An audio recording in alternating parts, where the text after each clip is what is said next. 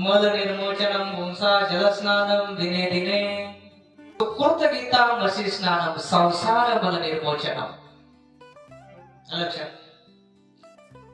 शरीराचा मळ घालवण्यासाठी रोज तुम्हाला पाण्याने आंघोळ करावी लागते. पण संसाराचा मळ घालायचा असेल तर कशाने आंघोळ करावं लागेल?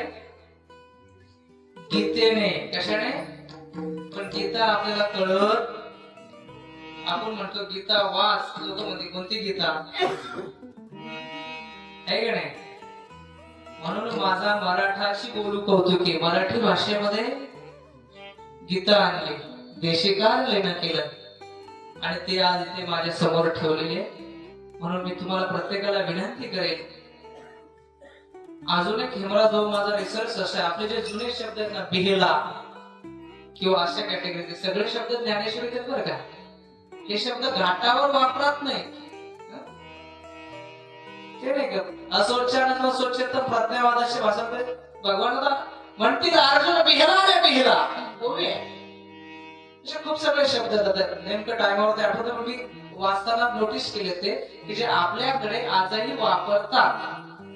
त्यामुळे तिकडच्या लोकांपेक्षा आपल्या भाषेशी ज्ञानेश्वरी जास्ती जवळची आहे, त्याच्यामुळे ती लवकर समजेल. नाही समजली, आता ही दांडेकर मामांची सार्थक ज्ञानेश्वरी आहे, ही घ्या, अजून कुठली घ्या, साखरे महाराजांची घ्या, नाही जमलं मोबाईल ऍप्लिकेशन मध्ये घ्या, नाही जमलं युट्यूबला व्हिडिओ बघा, कुठे बघा, पण रोज किमान 10 ओव्या ज्ञानेश्वरी. तुका म्हणे लाभ होय तो व्यापार लाभाचा आहे. जगाच्या साहित्यामध्ये, साहित्य म्हणतोय मी, भक्तिशास्त्राचं आध्यात्मिक महत्व ज्ञानेश्वरीचं तो बाजूला भाग ठेवा, पण फक्त जसं आपण कथा कादंबऱ्या वाचतो तसं म्हणून जरी ज्ञानेश्वरी वाचली ना तरी सर्वश्रेष्ठ आहे, तरी ज्ञानेश्वरी सर्वश्रेष्ठ आहे. विठालाय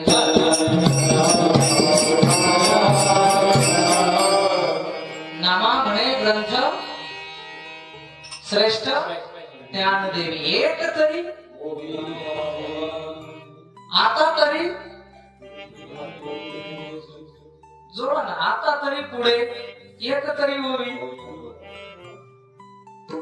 आता तरी एक तरी, बरोबर की नाही. एक तरी होवी अनुभवाला आणा, तर तुका म्हणे लाभ होय तो. तर तुमच्या आमच्या लाईफला अर्थ आहे.